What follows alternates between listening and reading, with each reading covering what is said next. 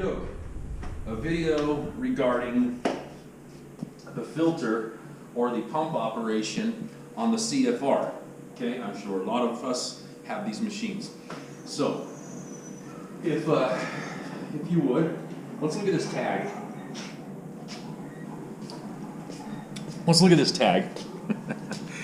I think I've crossed out the proper things, so we won't use anybody as an example. But it says here, pump won't turn on, and there's more. But one of the main complaints is the pump won't turn on.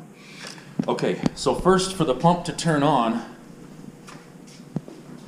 well, obviously we need to have it plugged in. So we're going to plug it in. Well, it's already plugged in. No, it's not. We're going to plug it in. Just kidding. Alright, so we're going to plug it in, and we're going to turn the pump switch on. Hey, it turns on.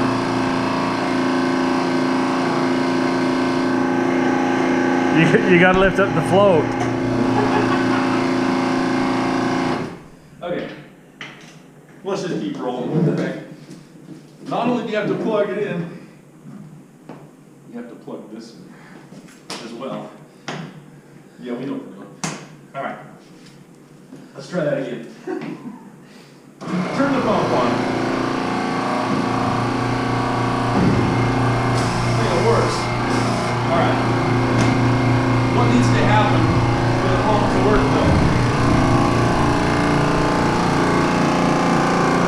though? I'll shut this off so we can hear. So inside your machine here is this little white plunger.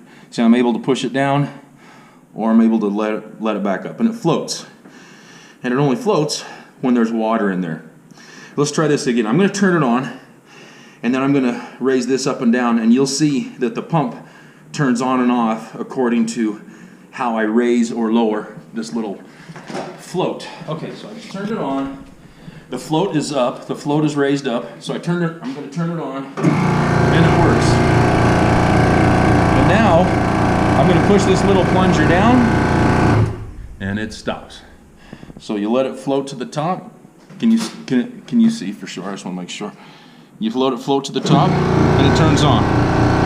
You push it down, and it turns off. Okay, so what we learned from that is this plunger needs to be able to float, and the only way it can do that is if there's water. Okay. And also, as we all know, this filter pushes down on top of all of the float and everything else we just looked at. So water needs to flow through this filter, in order to get to this float. Okay? So far so good? Capiche? So what could the problem be? No filter. The filter doesn't work is the complaint on the tag. Well, what we've learned is if water will not pass through this filter, naturally it won't get to the float to raise the float to turn the pump on. So the question I ask myself is, in this instance, is will this filter hold water? And if this filter is holding water, in my mind, it's not going to let water through the filter and into the float. So let's try it. Let's give it a shot. Let's see if this filter holds water.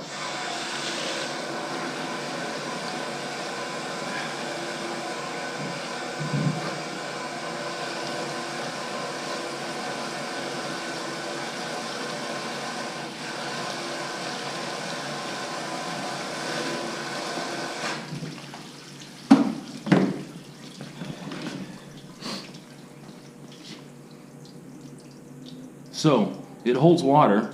Well, let me rephrase that.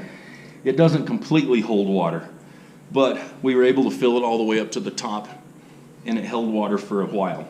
So as you're spraying, you're putting water out onto the upholstery or the carpet or whatever you're using, which is taking water out of the tank. And if there's not enough water in the tank to flow freely through this filter, it's not going to get into the float to raise the float to turn the pump on. So therefore, what do? If you see the filter, as we look at it through the light, you can still see the light, but it's dark. There is an area, I hope you can see that. There's a clean area right there, okay? And that is a dirty area. I hope you can see the difference. If not, there's a clean area there. The whole filter needs to look like that. And what we do to remedy that is you take your sprayer, the one that we just sprayed, and you'll take the nozzle off here. Let's just do this. Take the nozzle off like this. When you go to your slop sink, well, we're not actually going to do it because it'll make a mess right here. But you turn it on and you spray it close up, like point blank, from the inside and from the outside, and it will eventually look like that clean area that we saw. So, a quick video, kind of a long video, of how to maintain your filter and possibly why your pump on your CFR doesn't work. And again, as always, if you have any questions, call the shop.